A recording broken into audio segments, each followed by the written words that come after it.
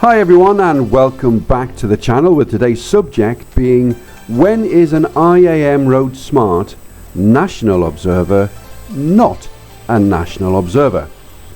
Answer: when they make a complete fool of themselves and can't answer simple rider questions or indeed observe effectively, and rely upon the associate to point out issues during an observed ride with them.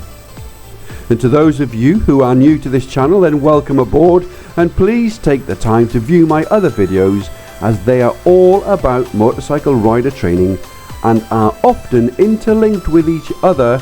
And as always, don't forget to like and subscribe. Thank you ever so much. What do I mean about when an IAM Roadsmart National Observer cannot answer simple questions? Well, firstly, for those who are uninitiated, what is a National Observer? This will be a rider who at some point has passed their advanced rider test, if you can call it that these days. This test can be passed at a satisfactory basic level 2, which is no standard at all. And after this, the person could go on to become a local observer within their local advanced rider group. Please go and look at my own video of my own experience of how these internal local observer courses are conducted. Once this has been completed, it was stated by my local group leader, a guy called John Watson of the Tayside Advanced Motorcyclists, which is another advertising lie by the IAM. He said it should take 2 years of being a local observer, having trained up to 12 associates before attempting the National Observer course. My own experience of this is covered completely in yet another video called IAM National Observer. Please go view. As after only 2 hours of National Observer training in front of John Watson, the group leader, did he accept that I was National Observer test ready. Was I really that good?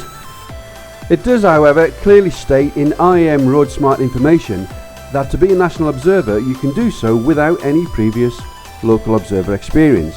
So maybe the IAM need to pass this down to their local group leaders to stop them from making foolish statements.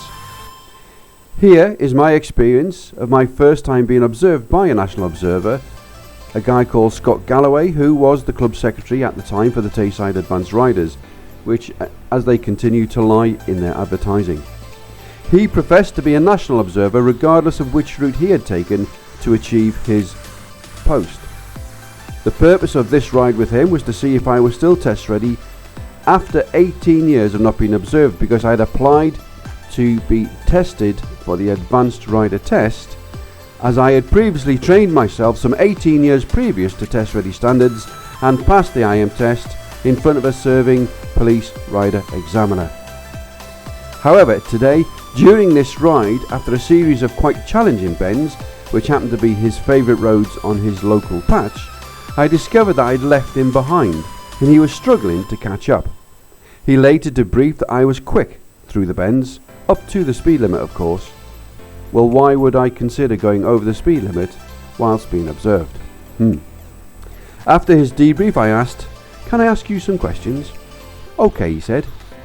So I asked, had you noticed the infernal faffing around I was doing with my left gear change foot on the gear change pedal, trying to select and reselect gears?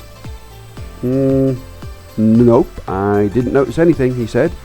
So I explained to him, well, this motorcycle I bought simply a month earlier. It was at the time a KTM 1290 GT, and these bikes were renowned to have computer software issues, and that this one appears to have a quick shifter change program hitch, which resulted in wrong gears or no gears being selected.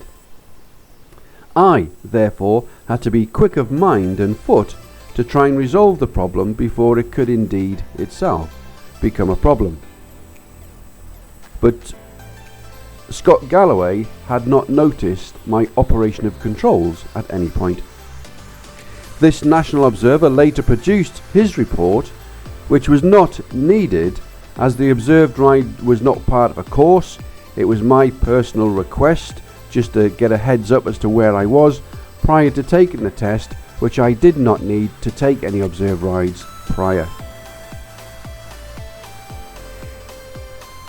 He pointed out on the report that after a few more weeks of riding my bike, I will get used to the gear selection operation.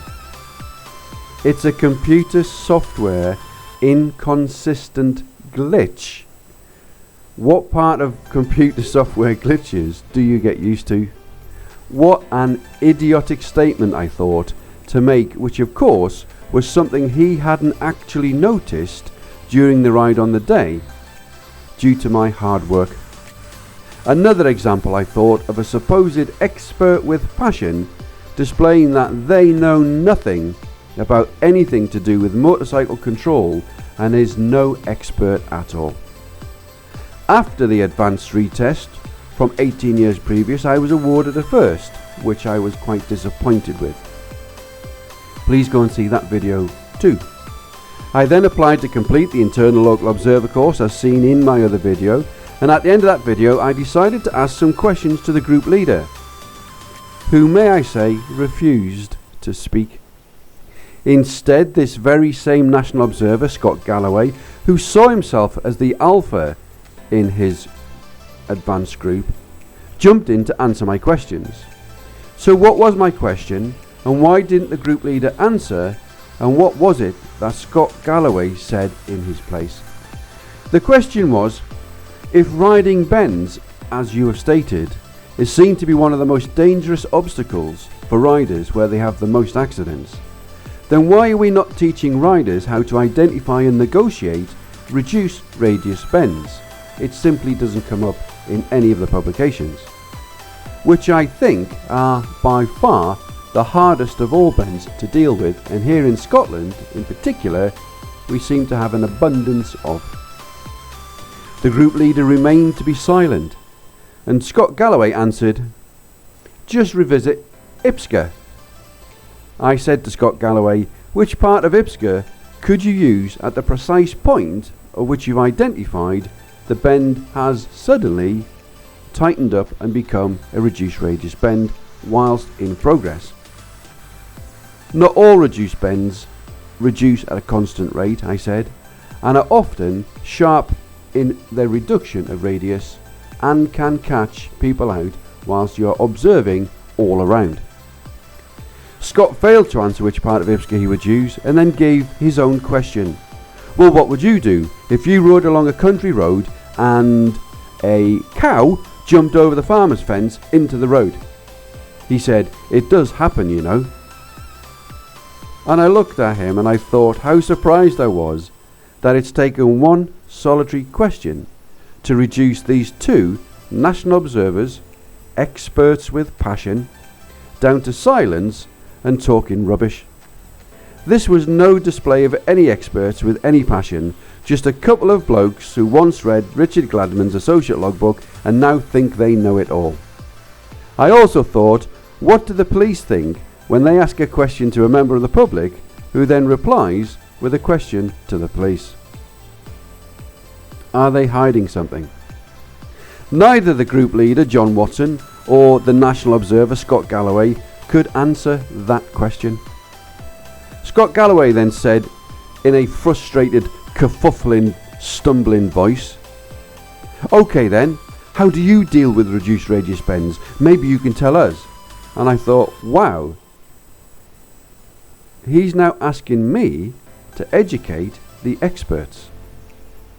So I looked at him sadly and I said, with riding techniques outside of the associate logbook and IPSCA. I then asked a second question, although I could see the pitchforks were being readied to chase me out of town. At what point, I said, do you, the rider, initiate the countersteer action during the negotiation of a bend? Once again, John Watson was silent. Scott Galloway looked puzzled, and suddenly there was a voice to my right. One of the other newly branded local observers, a new expert who was obviously showing his passion, spoke up and said, "There's a picture of it in this book." And I looked and saw he was holding on to a copy of Roadcraft, the police rider's handbook. I replied and said, "Thank you for that, but we as local observers whilst coaching our associates to test ready standard, don't use that book, and neither do we give that book as part of the package to the associate rider to read in their own time. So where is the information that we, the experts with passion, can use to pass on this information over to the associate to help them to remain safe here in Scotland on these dangerous reduced radius bends? Scott Galloway then said, "We tell all the associates that other publications are available." So I replied, "What's the point of this course if we're simply unable to answer simple questions to associates and point them in a direction of additional reading? Why come to us at all?" My friends, I can categorically assure you, in my experience, I have witnessed no experts with any passion within the local volunteers of IAM Roadsmart. Maybe it was simply the poor standard being commanded and controlled by John Watson, the group leader of the Tayside Advanced Motorcyclists. I will never know. But I'll say this to you all. The training structure of IAM Roadsmart is flawed. And this flaw exists because of people like Richard Gladman and his own produced publication, the Associate Logbook. But like other companies in today's society, the IAM simply don't care about their flaws. All their staff are being paid well from the backs of the volunteers and their hard work. People like me and people like you. The only difference is I've seen through the bullshit of the IAM's paperwork and the false tick in the box process to the IAM paying into the IMI pass certificate vending machine. They pop in your cash and out pops a certificate with your name on it. I contacted the IMI directly and I asked them, do they ever examine on site the training process of local or national observers to achieve the tick in the box exercise which warrants the certificate? And the answer was no. There are no standards of confirmation. It is all a paperwork facade. The likes of Scott Galloway as the national observer are the ones who riders complain about when he shows his arrogance, when he believes he's an alpha in his tiny little local IAM group, whose members don't know any better or how truly to ride safely. I have witnessed IAM pass certificate riders within this group, while stationary, fall off their motorcycles. I can only imagine that this poor standard and arrogance is replicated across the country within the boundaries of IAM Roadsmart groups.